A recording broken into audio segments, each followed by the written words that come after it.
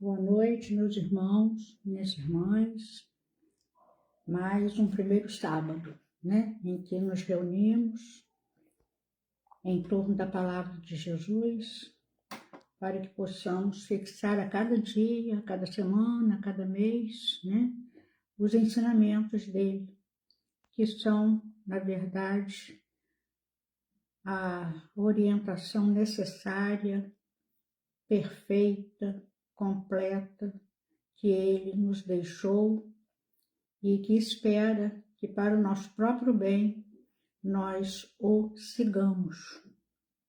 Então, para começar a nossa reflexão, eu vou ler desse livro maravilhoso intitulado O Senhor, do Padre Romano Guardini, que já usei algumas vezes aqui.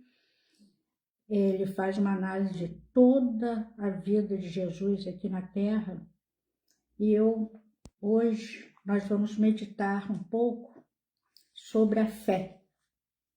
A fé como aquela que impulsiona, que reforça a esperança e a perseverança. A fé de que nós precisamos muito, cada dia mais, nesse mundo de provas e expiações, nessa fase de transição, quando nós assistimos a tudo que já foi previsto, mas agora nós estamos vivenciando. É diferente, de ler o que foi previsto e presenciar o que foi previsto. Então, para começar, eu vou ler um trecho do capítulo 9, da primeira parte, intitulado Pão da Vida, quando Jesus fala assim: antes, no Evangelho de João, muitos dos seus discípulos, ouvindo-o, disseram: essa palavra é dura. Algumas traduções falam: duro é esse discurso, Quem pode escutá-lo? Está em João, capítulo 6, versículo 60. Talvez ele já não soubesse muito bem o que pensar dele há muito tempo. Isso aí já é um comentário do Padre Romano. Mas agora tem certeza. Não é possível continuar a tolerar essa fala. Eles não quiseram continuar ouvindo Jesus porque acharam difícil, E é difícil. Jesus, sabendo que seus discípulos murmuravam por causa disso, disse-lhes: isto vos escandaliza? Isto é, sois discípulos ou não? Estais dispostos a aprender ou quereis julgar? Estais preparados para acolher o que vem a vós? Para aceitar o único princípio a partir do qual se manifesta o que é possível e o que não é? Ou quereis julgar a partir dos vossos postulados? Achei essa frase bem importante, Nesse caso, o que direis quando virdes o Filho do Homem subir aonde estava antes? E mais adiante, o Padre Romano coloca: julgais sem estar na única perspectiva a partir da qual se pode julgar. O Espírito é que vivifica, a carne para nada serve. As palavras que eu vos disse são Espírito e vida. E mais adiante, ainda neste capítulo, nós vemos o discurso de Jesus busca de novo o contexto divino do acontecimento. Alguns de vós, porém, não creem. Jesus sabia, com efeito, desde o princípio, quais os que não criam e quem era aquele que o entregaria. E dizia: por isso vos afirmei que ninguém pode vir a mim se isso não lhe for concedido pelo Pai. Ainda João, capítulo 6. E aí, mais adiante, se estabelece uma separação. A partir daí, muitos discípulos voltaram atrás e não andavam mais com ele. Olhem só, deveriam eles ter compreendido? Dificilmente. É impossível imaginar como alguém poderia, naquele momento, ter compreendido essas palavras. Mas deviam ter tido fé nele. Deviam ter perseverado em seu seguimento, deixando-se conduzir para onde ele os quisesse levar. Então, vamos parar aqui, interromper e fazer a nossa prece para a gente continuar na nossa reflexão da necessidade da fé em Jesus. Senhor Jesus, nosso Mestre, nosso Senhor, que Tu esteja, Senhor, neste momento junto a nós, todos nós que estamos aqui reunidos em Teu nome, pois Tu mesmo disseste, onde 3 ou mais estiverem reunidos em meu nome, aí estarei eu. Como precisamos, Senhor, da Tua presença e por isso como precisamos nos reunir em Teu nome. Que nós possamos interiorizar todas as lições que nos chegam hoje através não só deste missionário do cristianismo como o Padre Romano Guardini, assim como nós vamos ver através da doutrina que professamos, do Consolador que Tu prometeste, o Espiritismo. Então, que possamos fazer uma reflexão profunda, entender, sentir a necessidade de tê-lo junto a nós, nos orientando ainda, fazendo com que possamos dar os passos certos em nossa caminhada. Assim seja. E aí, continua, o Padre Romano. Mas deviam ter tido fé nele, quer dizer, mesmo sem compreender muito, se eles acreditassem em Jesus, se eles confiassem plenamente em Jesus, eles não deixariam. Então, isso é triste, porque demonstra falta de confiança. Imagine a tristeza de Jesus ao ver os 70 discípulos o abandonarem. Aqueles que estavam mais próximos dele, que estavam seguindo as orientações, mas diante da dureza da palavra, diante do que é difícil, a vitória nossa dentro de nós mesmos, como é difícil. Então, abandonaram. E aí, mais adiante, eles abandonam Jesus e o Padre Romano fala, deviam ter pressentido que por trás de suas palavras havia uma profundidade divina e que eram chamados a algo inefavelmente grande. Deviam ter dito, nós não compreendemos, abre-nos o espírito. Mas em vez disso, eles preferiram julgar e com isso tudo se fecha. Olhem só, não confiaram o suficiente, mesmo não entendendo, Apesar de tudo, Jesus não volta atrás. Sua decisão está tomada e é preciso levá-la às últimas consequências. Então Jesus perguntou aos 12, quereis também vós partir? Olha a liberdade de escolha que nós temos no caminho a seguir. Os 12, quereis vós também partir? E aí vem aquela resposta esclarecida, maravilhosa, de Simão Pedro. Respondeu, Senhor, a quem iremos? Tu tens as palavras de vida eterna. Cremos e reconhecemos que Tu és o Santo de Deus. Também de seus amigos mais íntimos, Jesus exige uma decisão. Porque só quando nós não nos sentimos obrigados a ir a algum lugar, a seguir um determinado caminho, nós realmente fazemos de coração e fazemos bem. Então, Jesus, naquele momento, que era um momento importante, já que os 70 deixaram, vocês também querem deixar? Mas aqueles 12 eram os escolhidos para continuar a tarefa de Jesus depois da sua crucificação, com exceção de Judas, né? Então, nós te compreendemos, nós ficamos contigo, tuas palavras são vida, mesmo que não as compreendamos. Olha só, essa era a única resposta possível no momento. Deveriam todos ter ficado com esse sentimento. Não entendo bem, mas eu confio no Senhor. Então, eu vou ficar, né? Mas a divisão ainda não acabou. Quer dizer, houve ali uma divisão, os 70 saíram, os 12 ficaram. Respondeu Jesus, não vos escolhi eu aos 12? No entanto, um de vós é o diabo. Falava de Judas, filho de Simão Iscariotes. Este, um dos 12, o haveria de o entregar.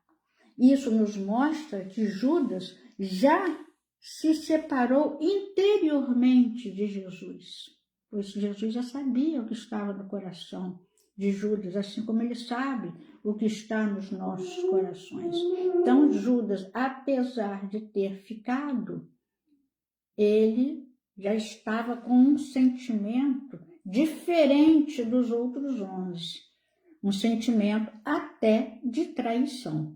E Jesus sabia disso.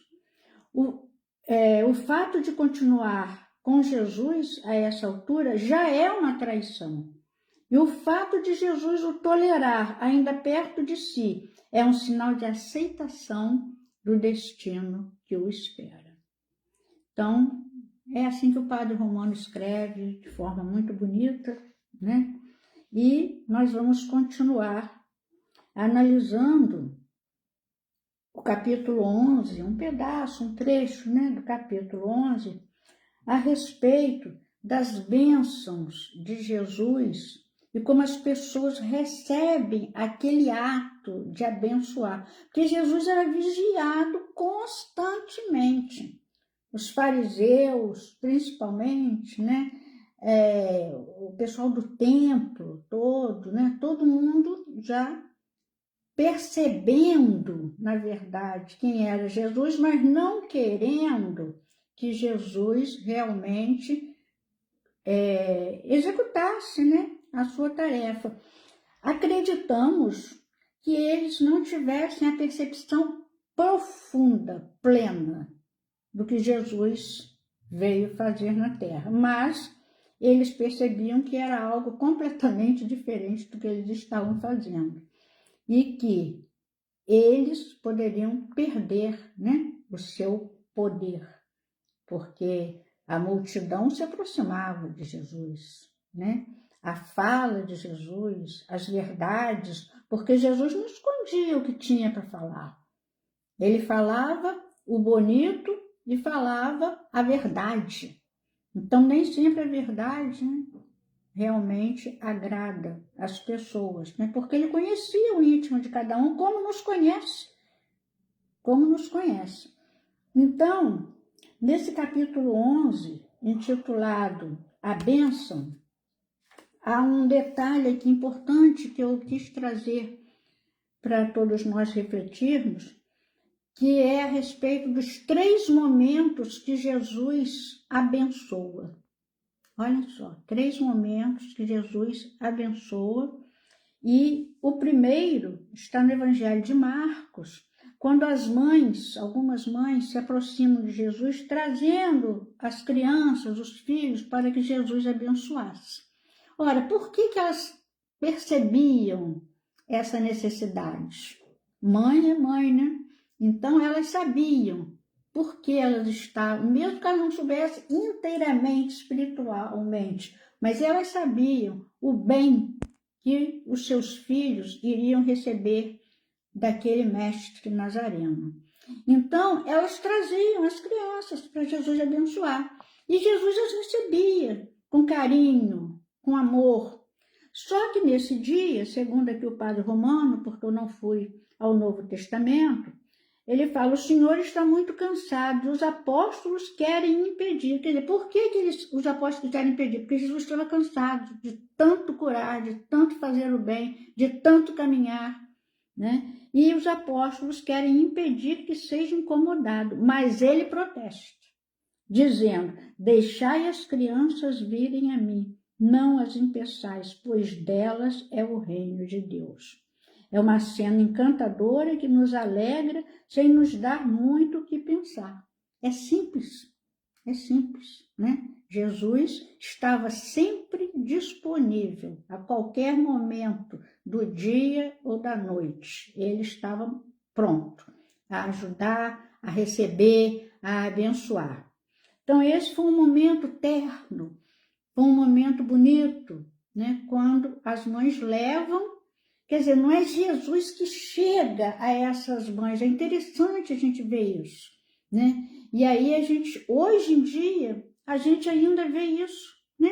As mães levando os filhos para a igreja, para a evangelização na casa espírita, no templo protestante, as mães levando os filhos, as crianças. E aí, nessas casas religiosas, com evangelizadoras que também cuidam das crianças, ensinam músicas, ensinam gestos, palavras, que vão sendo incutidas na alma, né? Renascente, há pouco tempo, mas que já gostam. Eu tenho uma amiga que tem uma filhinha de 2 anos, que ela começou a frequentar a casa espírita, e ela leva a menina. Ela tem 2 aninhos, né? E às vezes ela dorme, porque é domingo à tarde. E aí teve um dia que ela foi sozinha, e quando chegou a menina já estava acordada. A menina zangou com a mãe. Você foi à casa de papai do céu e não me levou. Olha só. Olha como ela gosta, como ela sente falta, né? Daquele ambiente, daquelas palavras, daquelas bênçãos. Porque as crianças, quando estão ali, estão sendo abençoadas, com certeza. Os espíritos, né, que assistem aquela casa estão ali trabalhando em favor, em prol daquelas crianças. Isso aí não tem a menor dúvida. Então, levemos nossas crianças, nossos adolescentes, levemos ao encontro de Jesus, na igreja católica, no culto protestante, na casa espírita, levemos ao encontro de Jesus. Foi isso que essas mães fizeram. E Jesus não quis que fossem impedidos. Em outras ocasiões, nos é dito que Jesus abençoava. Se não nos enganamos, em mais 2 momentos. Na última noite, durante a ceia pascal, quando abençoa o pão e o cálice, né? E aí, dentro da Igreja Católica, eles reconhecem esse momento como a instituição da Eucaristia, né? E depois da ressurreição, ele, antes de voltar ao Pai, ele leva os discípulos, está lá no Novo Testamento também, Lucas, né? Depois levou-os até Betânia e, erguendo as mãos, abençoou-os. Lá em Betânia. Betânia era um lugar muitas vezes escolhido por Jesus. Os grandes amigos dele moravam lá, Lázaro, Maria e Marta, né? E levou-os até Betânia e, erguendo as mãos, abençoou-os. E enquanto os abençoava, distanciou-se deles e foi levado ao céu. Então, a ascensão de Jesus deu-se em Betânia. São atitudes cheias de significado. A bênção das crianças, a do pão e do vinho e a dos mensageiros na última hora.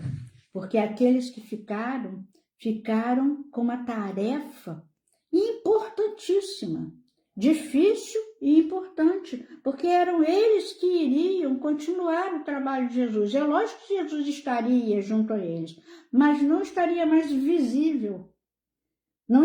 Eles não estariam mais ouvindo a palavra. Jesus não estaria mais curando diretamente, né, as pessoas, como o padre Romano narra aqui Jesus andando entre os enfermos e aquela multidão no entardecer, e Jesus andando entre os enfermos, e a partir daí as pessoas se curando. Ele nem precisava botar a mão nas pessoas. O que ele radiava, curava. Daí o episódio mais significativo, né, da mulher hemorroíça, que reconheceu esse poder de Jesus e pensou, né, se eu apenas tocar na orla do seu manto, eu ficarei curada. E ficou. E Jesus pergunta, quem me tocou? E os apóstolos, Senhor, a multidão te toca, porque Jesus andava e todo mundo junto ali, espremendo, né, Jesus entre a multidão. E ele falou assim, alguém me tocou, quer dizer, diferente, de forma diferente. E eu senti que de mim saiu uma virtude. E ela imediatamente ficou curada. Ele curava à distância. Olhem a filha da mulher cananeia, né, que atravessou a fronteira, foi atrás, gritando por Jesus. Senhor, tende piedade de mim. Os discípulos gritando com ela gritando com Jesus, os discípulos gritando com ela. Ela era uma estrangeira, pagã, idólatra, mas ela sabia do poder de Jesus. E Jesus, então, curou essa menina que estava em casa obsidiada. E ele fala para a mãe, ó mulher, grande é a tua fé. Vai em paz. E quando ela chega a casa, a menina está curada. Ele curava à distância. Jesus tudo podia e tudo pode. Nós não conseguimos ainda, no estágio em que estamos, analisar Jesus, saber do poder dele, da situação espiritual dele. Não temos condição. Eu acho assim um abuso da nossa parte se nós tentarmos, é uma pretensão da nossa parte, nós espíritos, num orbe de provas e expiações, expiando nossas culpas, nossos erros, tentando aprender muito devagar, queremos analisar o poder de Jesus. Não, ele não podia ter feito isso, porque isso vai contra a lei. Que lei? Que lei? Né? Então, lei de quê? Da ciência? Da ciência que ainda está para evoluir. Jesus já era o Filho unigênito, o Filho de Deus, muito além dessa ciência que nós temos hoje e que está ainda, né? Cada dia descobre mais um remédio, mais uma doença, mais uma forma de viver. Sim, isso concedido pelo Pai, porque toda a nossa evolução, toda a nossa oportunidade é dada pelo Pai. Então, reencarnam alguns espíritos que descobrem coisas que nunca ninguém havia pensado nisso, né? Por quê? Porque agora era a hora de se pensar. Então, vêm os espíritos diretos de Deus para que aquilo seja descoberto e a nossa vida seja amenizada. As nossas doenças físicas curadas, à proporção que a gente vai evoluindo, a gente vai conseguindo, né, algumas descobertas.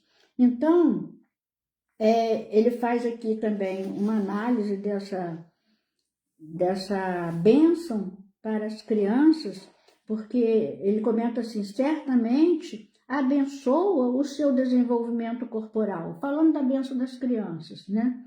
O seu coração de carne, o seu destino terreno. Nada disso pode ser separado do restante, pois tudo é uma coisa só. Mas o que a bênção realmente atinge nelas, nas crianças, é algo mais profundo do que a força que faz crescer o corpo. Aquece o coração, suscita as imagens do espírito e as obras terrenas. É a profundidade de Deus no homem, da qual surge a vida nova a partir de Deus. Quer dizer, essa bênção de Jesus, nós espíritas sentimos quando nós tomamos um passe na casa espírita, nos sentimos bem, sentimos um alívio, muda às vezes o nosso pensamento, o nosso mal-estar se dissipa. O que é isso? É uma bênção. Imagine uma bênção direta de Jesus aqui na Terra. Então, e ele é o Padre falando isso, é a profundidade de Deus no homem, da qual surge a vida nova a partir de Deus. Ele já estava preparando aquelas crianças para um futuro melhor, para que elas estivessem trazendo mais essa vibração divina. Olha que coisa maravilhosa. E os apóstolos querendo impedir, né? E aí ele pergunta assim, quem é Cristo? Aquele que abençoa. Não pertence à linhagem dos magos e dos curandeiros. Quem é? Jesus, né? Ele pergunta isso. É o Filho de Deus vivo e habita nessa eternidade inacessível que nenhum mito, nenhum mistério do mundo pode atingir. Não adianta a gente esfolar, né, os olhos, os dedos nos livros, não sei o que, querendo entender Jesus, né, a natureza de Jesus. Isso está em Paulo, na primeira carta aos Timóteos, né? Nenhum mito, nenhum mistério do mundo pode atingir. Paulo era um iluminado realmente, né? Não vem ao mundo dos homens através da natureza, servindo-se de momentos de luz e fecundidade para manifestar as profundidades abissais do universo. Então, é diferente. Nós não podemos comparar Jesus conosco. Não podemos nos comparar com Jesus, né? E nessa passagem a que eu me referi, de Jesus caminhando, né, entre os enfermos, que eu acho isso muito lindo, né? O Padre Romano fala assim, ao entardecer, isso está narrado no Evangelho de Marcos, ao entardecer, quando o sol se pôs, trouxeram-lhe todos os que estavam enfermos e endemoniados. E a cidade inteira aglomerou-se à porta. Olha só, com certeza na casa de Pedro, né? E ele curou muitos doentes de diversas enfermidades e expulsou muitos demônios. Não consentia, porém, que os demônios falassem, pois eles sabiam quem ele era. Por enquanto, não podiam falar, né? E ele circula entre a multidão sofredora, e dele se desprende uma força divina que cura. Assim se cumprem as palavras do profeta Isaías. Ele tomou sobre si as nossas dores e carregou as nossas enfermidades. O Espírito que age nele tem o poder de curar desde as raízes, porque é capaz de criar, isto é, de tomar nas mãos o princípio interno da vida e realizar uma nova criação. O poder curador de Jesus é tão inesgotável que pode acolher toda a miséria humana que se agrupa ao seu redor. Então, Jesus trabalhava-se, né, as mãos do Cristo. Existe um livrinho infantil de meio, que eu não estou me lembrando o título, que fala das mãos de luz e das mãos trevosas. E ela vai fazendo uma comparação, o livro é todo ilustrado, estou esquecendo agora no momento o título, o livro é todo ilustrado com as mãos que destroem, que matam, né? Que machucam, e as mãos que curam. E aí, no final, ela mostra a mão de Jesus. E aí, nesse capítulo dos enfermos, o Padre Romano fala assim, de muitas curas que Jesus fez. E são curas variadas. Ele não é especialista, como os médicos são, né, de determinadas doenças. Jesus cura todo tipo de doença física, de doença moral, doença espiritual. Ele cura todos. Então, dentre a multidão anônima, emergem de quando em quando algumas figuras desenhadas em poucos traços. Aí ele cita a sogra de Pedro, que estava enferma, com febre. Ele chega lá, coloca a mão na sogra de Pedro e ela imediatamente se levanta e começa a servi-los. Está narrado, né, no Evangelho de Marcos. Depois o cego, que está sentado à beira do caminho e começa a gritar: Jesus, filho de Davi, tem piedade de mim. E Jesus pergunta: que queres que eu te faça? É interessante isso, né? Porque às vezes a gente busca Jesus, mas o que é que a gente quer de Jesus?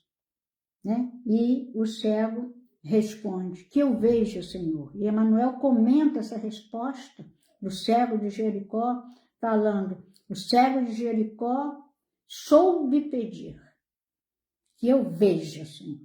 Porque se nós não tivermos discernimento, se nós não soubermos ver a vida, ver a espiritualidade, nós não caminhamos. Então, o que eu vejo, Senhor, é analisado por Emmanuel, mostrando que o cego de Jericó soube pedir.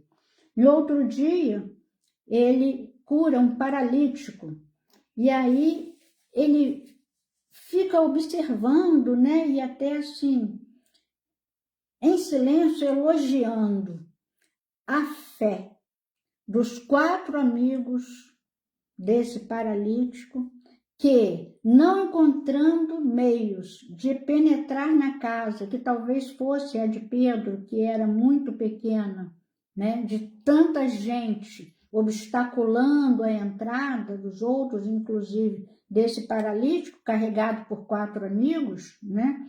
O que esses amigos fizeram? Não desistiram. Que bom termos 4 amigos assim, né? Não desistiram da ajuda.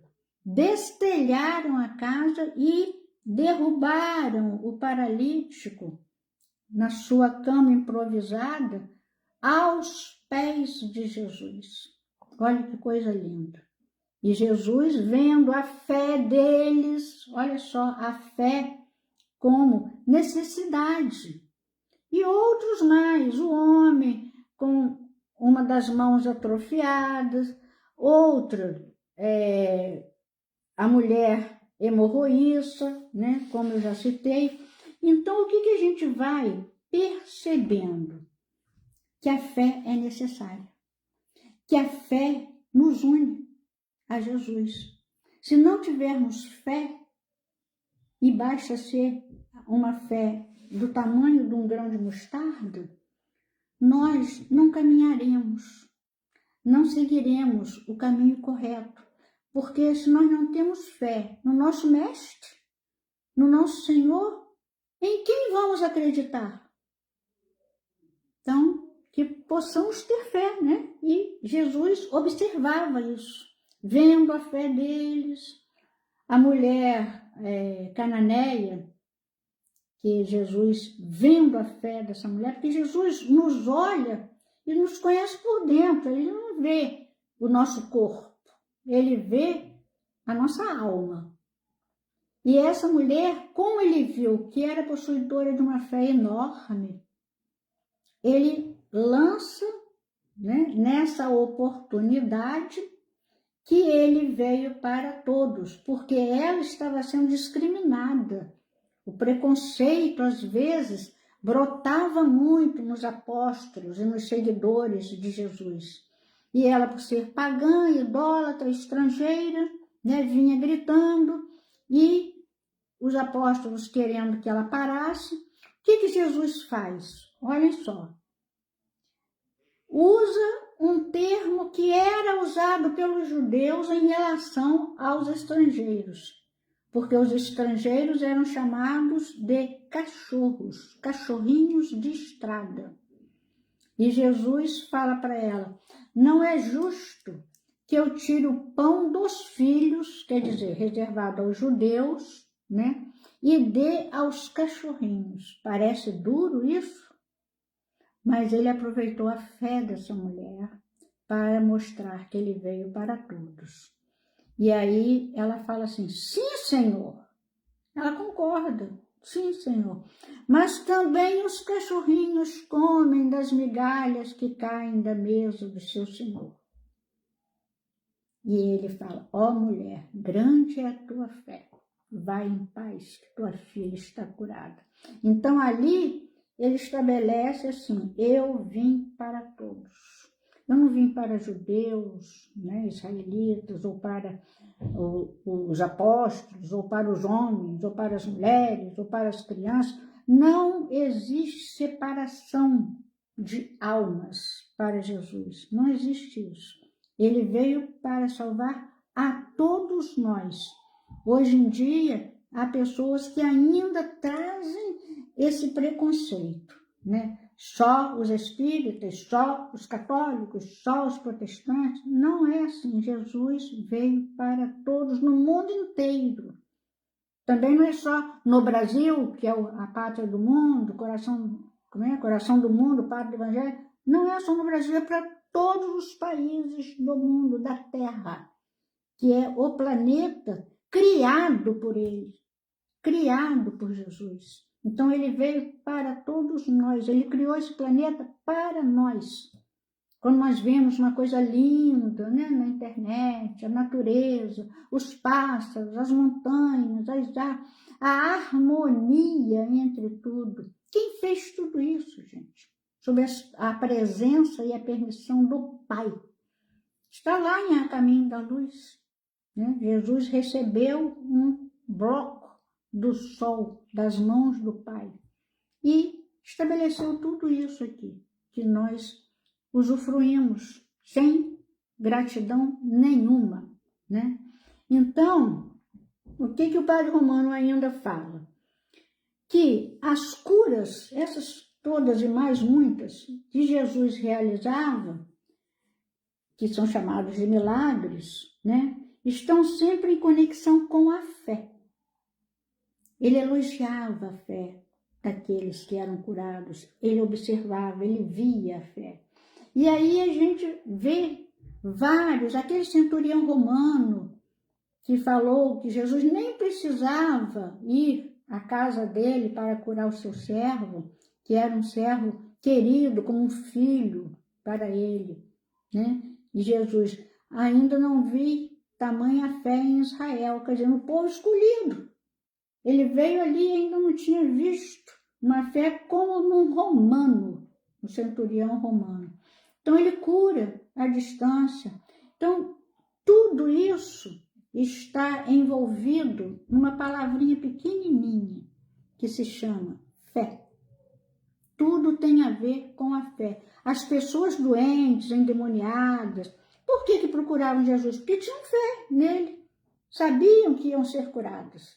Então iam, buscavam, né? Existem muitos personagens que demoraram a ter fé em Jesus.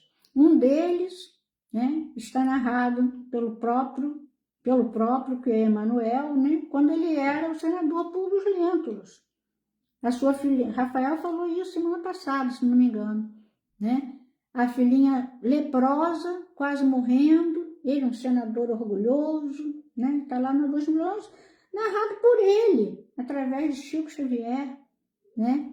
E como ela estava às vésperas da morte, ele, muito rico, falou para a filha, minha filha, pede o que você quiser, que papai manda vir de Roma, de onde for.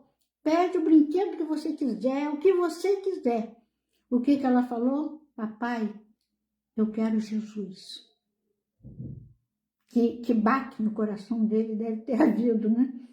Mas, como ele havia prometido, ele vai buscar Jesus, mas ele espera anoitecer, porque ele não poderia ser visto pedindo alguma coisa ao Nazareno, né? E aí, a partir daí, ele ouve, sem Jesus falar, ouve no seu coração, no seu pensamento, as palavras de Jesus, né? Teria sido bom se tivesse sido procurado de dia, mas que ele iria curar a filha, não por ele, mas pela esposa dele, Lísia. uma mulher santa que estava lá à cabeceira da filha e aguentando todos os autoritarismos e exigências do Públio Lentulus. E quando ele chegou a casa, a menina estava curada. Papai, eu vi uma luz azul entrando aqui. E ele não aceita que foi Jesus. Acha que foram os ares de Jerusalém. Mais tarde, né? Pouco mais tarde, ele volta, reencarna como Nestório, um escravo grego cristão, né? E que é morto, supliciado como um cristão. Recupera-se logo, e hoje é o nosso Emanuel, né? Com essa missão difícil da evangelização através da doutrina espírita, né? Que com não sei quantos livros, através de Chico Xavier, nos ajudando a caminhar. Então, tudo acontece de acordo com a fé. Todos os milagres, né?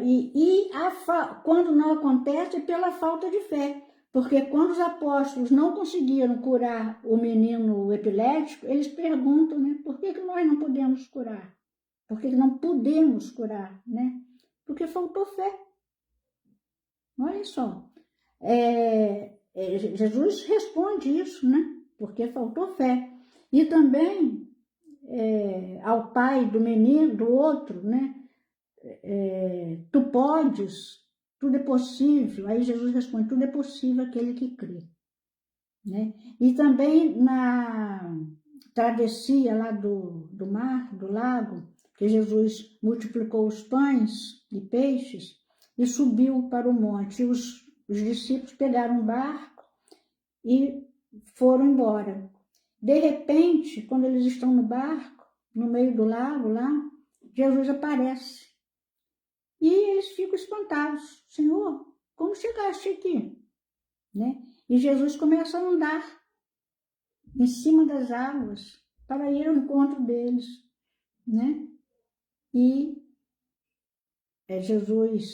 Pedro fala, Senhor, se tu és mesmo, se és tu mesmo, manda que eu vá ao teu encontro assim também. Quer dizer, Pedro queria também andar em cima das águas. E Jesus fala, vem. E ele começou a caminhar em cima das águas. Pedro, está narrado isso no Novo Testamento. Só que estava ventando muito, as ondas começaram a ficar bravas e ele desvia o olhar de Jesus por causa do medo, né? E aí ele afunda. Quando ele afunda, ele grita, salva-me, Senhor. E Jesus fala, ó homem de pouca fé. Quer dizer, a fé está em tudo. A falta de fé na não realização. E a fé na realização das curas, dos chamados milagres, né? E todas as pessoas que foram curadas, praticamente todas, ouviram de Jesus alguma coisa em relação à fé. Então, meus irmãos, eu queria lembrar, né, fixar, na verdade, né, essa necessidade, essa passagem, através de Emmanuel, no livro Palavras de Vida Eterna, na mensagem Tende Fé em Deus, que está no capítulo 162 do Palavras de Vida Eterna. Porque isso se refere, está em Marcos, né, 11, 22, se refere à questão da figueira que secou, né, que ao passar, né, não tinha, a eles passarem pela figueira não tinha frutos, e Jesus amaldiçoou, né, esse é o termo, mas talvez mal empregado, né? E no dia seguinte, quando eles voltaram, a figueira não tinha frutos, tinha secado. E eles ficaram assim, né? Espantados, né? E falaram, ó Senhor, essa é a figueira, né? Mas isso traz um ensinamento muito grande, porque aí Jesus respondeu a eles: tende fé em Deus. Basta, às vezes, as dificuldades na concretização de um projeto elevado se nos afiguram inamovíveis. Começamos por reconhecer-lhes o peso inquietante e estimáveis companheiros acabam por destacar-nos a importância delas, como a dizermos que é preciso renunciar ao bem que pretendemos fazer. Tudo aparentemente é obstáculo intransponível, mas Deus intervém e uma porta aparece. Há circunstâncias nas quais o problema com que somos defrontados numa questão construtiva é julgado insolúvel. Passamos a inquietar-nos, e não raro especialistas no assunto comparecem junto de nós, apontando-nos a impraticabilidade da solução. As obscuridades crescem por sombras indevassáveis, mas Deus interfere e desponta uma luz. Em certas ocasiões, uma pessoa querida, ao perturbar-se de chofre, fornece a impressão de doente, irrecuperável. Afligimos-nos ao vê-la assim em desequilíbrio, e quase sempre observadores amigos comentam a inexecuibilidade de qualquer melhoria, induzindo-nos a largá-la ao próprio infortúnio. Avoluma-se a prova que lembra angústia inarredável, mas Deus determina e surge um remédio. Ocorrem-te no mundo as mesmas perplexidades em matéria de saúde, família, realizações. Salientam-se fases de trabalho em que a luta é suposta invencível, com absoluto desânimo daqueles que te rodeiam. Mas Deus providencia e segues tranquilo à frente. Por mais áspera a crise, por maior a consternação, não percas o otimismo e trabalha confiante. Ouçamos nós todos a indicação de Jesus. Tende fé em Deus. Emmanuel, no livro Palavras de Vida Eterna. Paulo, aos Hebreus, define a fé. Fé é a certeza das coisas que queremos e a prova daquelas que não vemos. Isso é uma carta, a carta aos Hebreus, versículo, não me lembro qual é o versículo, acho que é o primeiro versículo, do capítulo 11. Então, a fé está sempre ligada, diz Thomas Wright, que é um pastor protestante, comenta em Paulo para Todos, aqui nesse volume, é Hebreus para Todos, Ele comenta a relação da fé com a esperança. Eu achei isso tão bonito, porque nós só tendo fé, nós vamos ter esperança.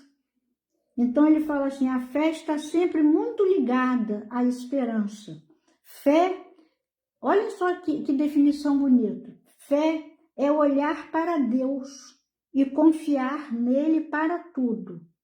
Enquanto que esperança é olhar para o futuro e confiar em Deus. Que uso das palavras sabiamente. Vou repetir. Fé é olhar para Deus e confiar nele para tudo, enquanto que esperança é olhar para o futuro e confiar em Deus. E mais à frente ele fala que a esperança ganha robustez quando descansa sobre a fé.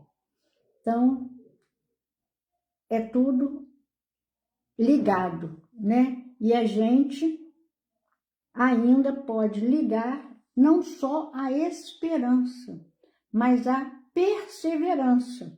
Porque voltando ao episódio dos 70 que abandonaram Jesus, e Jesus pergunta, quereis vós ir também?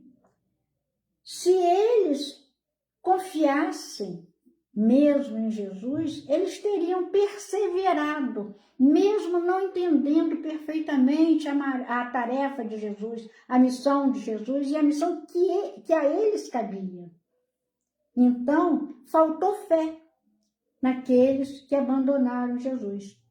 Como o padre Romano fala, eles podiam falar, nós não entendemos bem, mas confiamos e vamos ficar. Temos fé e vamos ficar. Não tiveram fé, por isso não tinham esperança, porque não confiaram. E aí não perseveraram. Olhem só a cadeia de virtudes que nós temos que desenvolver. E falando em perseverança, eu me lembrei aqui de um conto do irmão X, não estou me lembrando de que livro, Na Subida Cristã. É um conto muito bonito, que Filipe, apóstolo de Jesus, ele questiona com Jesus que é tudo muito difícil, que a tarefa é difícil, às vezes inacessível, quer dizer, já estava também perdendo a esperança, né? Com certeza já estava querendo também abandonar Jesus, né? Não estava confiando no sucesso da missão. Jesus não falou nada. Um dia chamou Filipe para subir o monte Hermon, que é muito alto. Ele é alto e bonito, porque ele é tão alto que lá no cume dele nunca se derrete o gelo, de tão alto que é, mesmo no verão. E aí, no verão, é criada uma calota de gelo no cume desse monte e reflete, essa camada de gelo reflete os raios solares, a luz do sol, é uma visão maravilhosa, segundo o irmão X, né? E aí Jesus vai subindo o monte com ele. Lá embaixo, por causa do gelo, né, derreter, começa uma verdura a criar, né? Então estava tudo muito lindo, muito agradável, né? Aquilo tudo verdinho. Mas a proporção que eles vão subindo, vai escasseando, né? A vegetação vai escasseando, vai ficando árido o chão e começa Filipe a reclamar, porque começam a surgir umas pedrinhas na terra. E eles usavam sandálias, né? Naquela época. E aí Filipe para, de tempos em tempos, na subida, senta no chão, tira as pedrinhas do pé, da sandália, calça de novo e continue. Jesus quieto. E vamos subindo, e vamos subindo, e vamos subindo. Ele parou muitas vezes. E aí, quando eles chegam lá no topo, Filipe esquece de tudo, das pedrinhas, tal a beleza do sol refletido na calota de gelo. E agradece a Jesus aquela visão que Jesus estava proporcionando a ele, né? E Jesus fala assim, Filipe, como você vê, o que atrapalha a caminhada não é o topo, não é a dificuldade do que nós vamos encontrar, não é a beleza, mas sim as pedrinhas pequeninas do chão. Isso é que atrapalha a nossa caminhada. A gente se importa com as coisas mínimas, né? E atrapalha a nossa caminhada. Nós temos que olhar para o alto, nós temos que ter a visão desse topo desse monte tão radioso, que é o Monte Hermon, de não sei quantos metros de altura, porque quando nós chegarmos lá, espiritualmente que eu estou falando, né? Quando nós chegarmos lá e não tivermos incomodado com as pedrinhas do chão, nas nossas sandálias, nós vamos ter uma visão maravilhosa. Nós vamos usufruir dessa sensação de beleza, de paz, de frescor, de luz. Então, Filipe entendeu o recado de Jesus e não reclamou mais, né? E nós sabemos que mesmo depois da crucificação de Jesus, Filipe foi um dos principais trabalhadores da Casa do Caminho, ele e as filhas, que eram médiuns, inclusive, né? Então, ele venceu aquele desânimo, porque o desânimo bate a porta quando demora mais um pouquinho, né? Mas as pedrinhas a gente vai tirando e não vai se importando com elas, porque elas são muitas realmente. E nós calçamos sandálias que permitem a entrada dessas pedrinhas.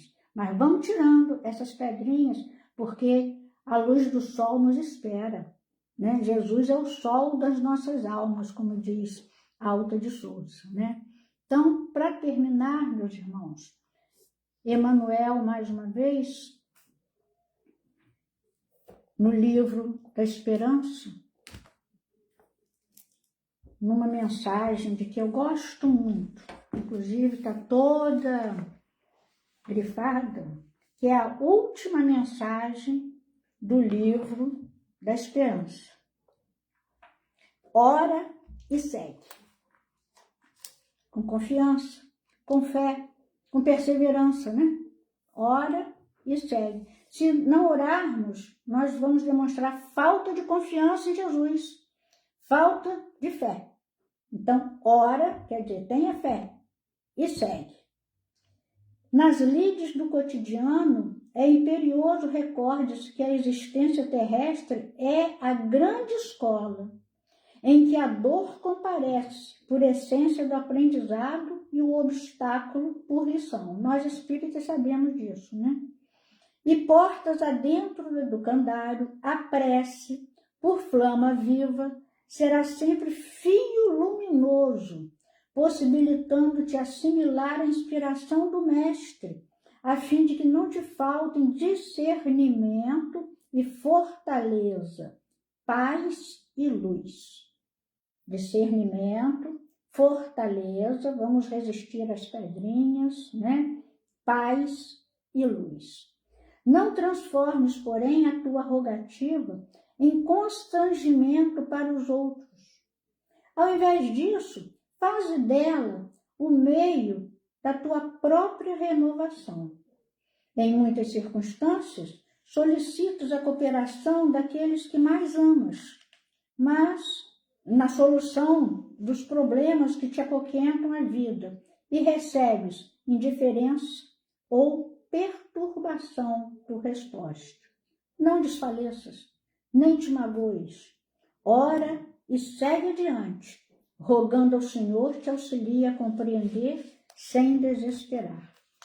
Às vezes, nas agressivas dificuldades em que te encontras, aguardas a vinda de alguém capaz de aliviar o fardo que te pesa nos ombros, e apenas surge quem te proponha dissabores e experimentos amargos.